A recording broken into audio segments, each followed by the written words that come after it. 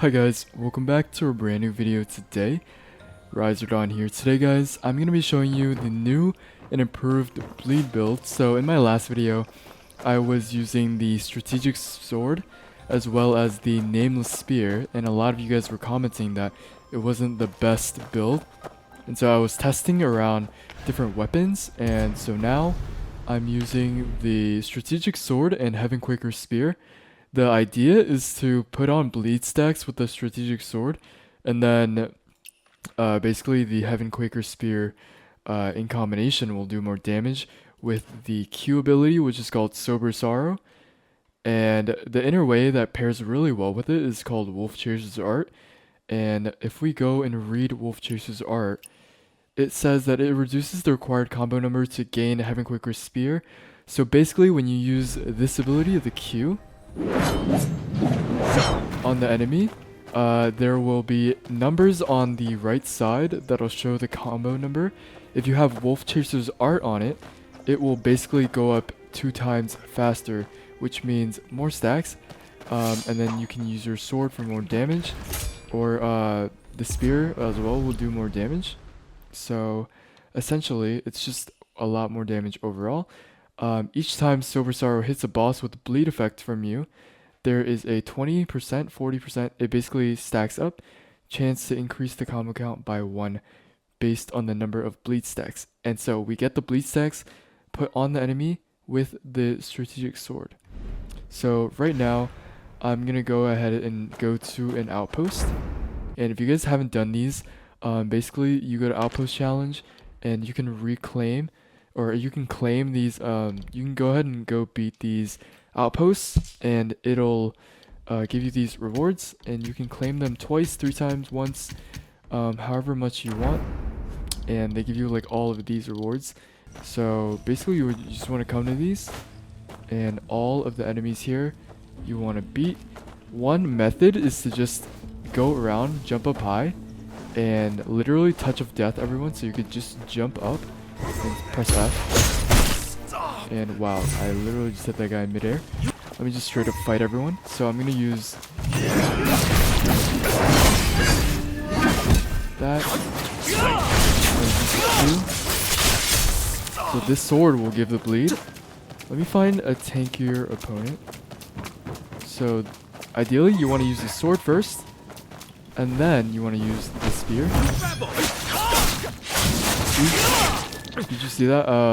The bleed stacks will show under their name. So let me see if I can find a tankier opponent, because I'm killing them pretty fast. So yeah, as you guys can see, the number 5 with the bleed, he's bleeding right now, will show up under their name.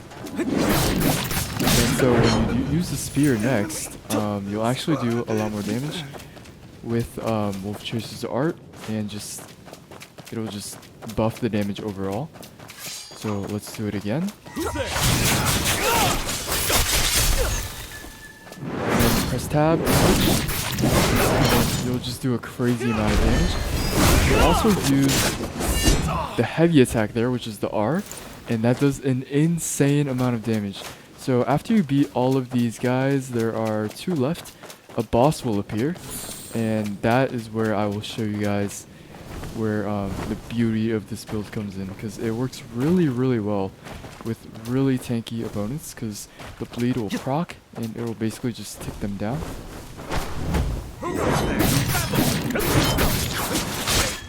So there you go. And then okay, the last guy's up here. You rebel.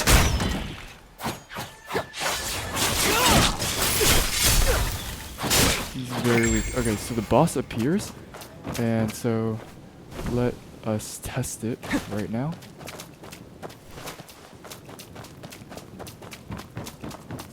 Alright, so let's use the sword first. You want to go in with the Q.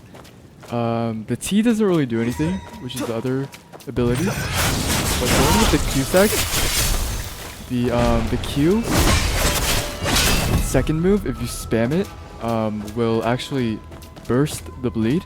So ideally you just tap the Q once, or twice actually. It's actually the third one that does that huge secondary move. So let me this one? Okay. I need to stop popping it.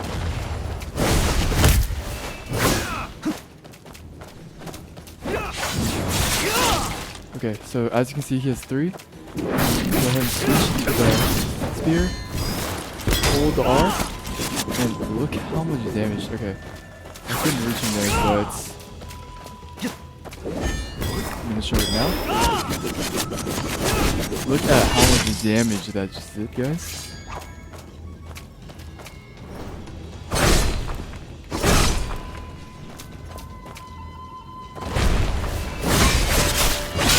And okay, there you go. So I might try it on a tankier opponent. And I am playing on recommended, so it's not the hardest difficulty. But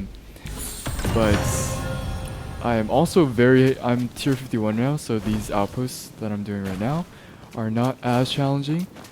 But the idea of it is to just, these are the inner ways that I'm using.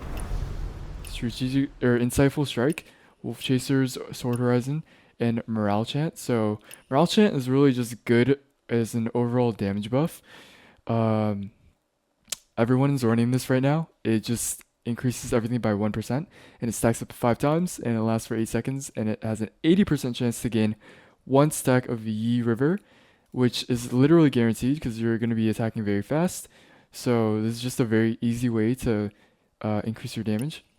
Strategic Sword pairs really well with Sword Horizon. This is the inner way that is paired with the weapon.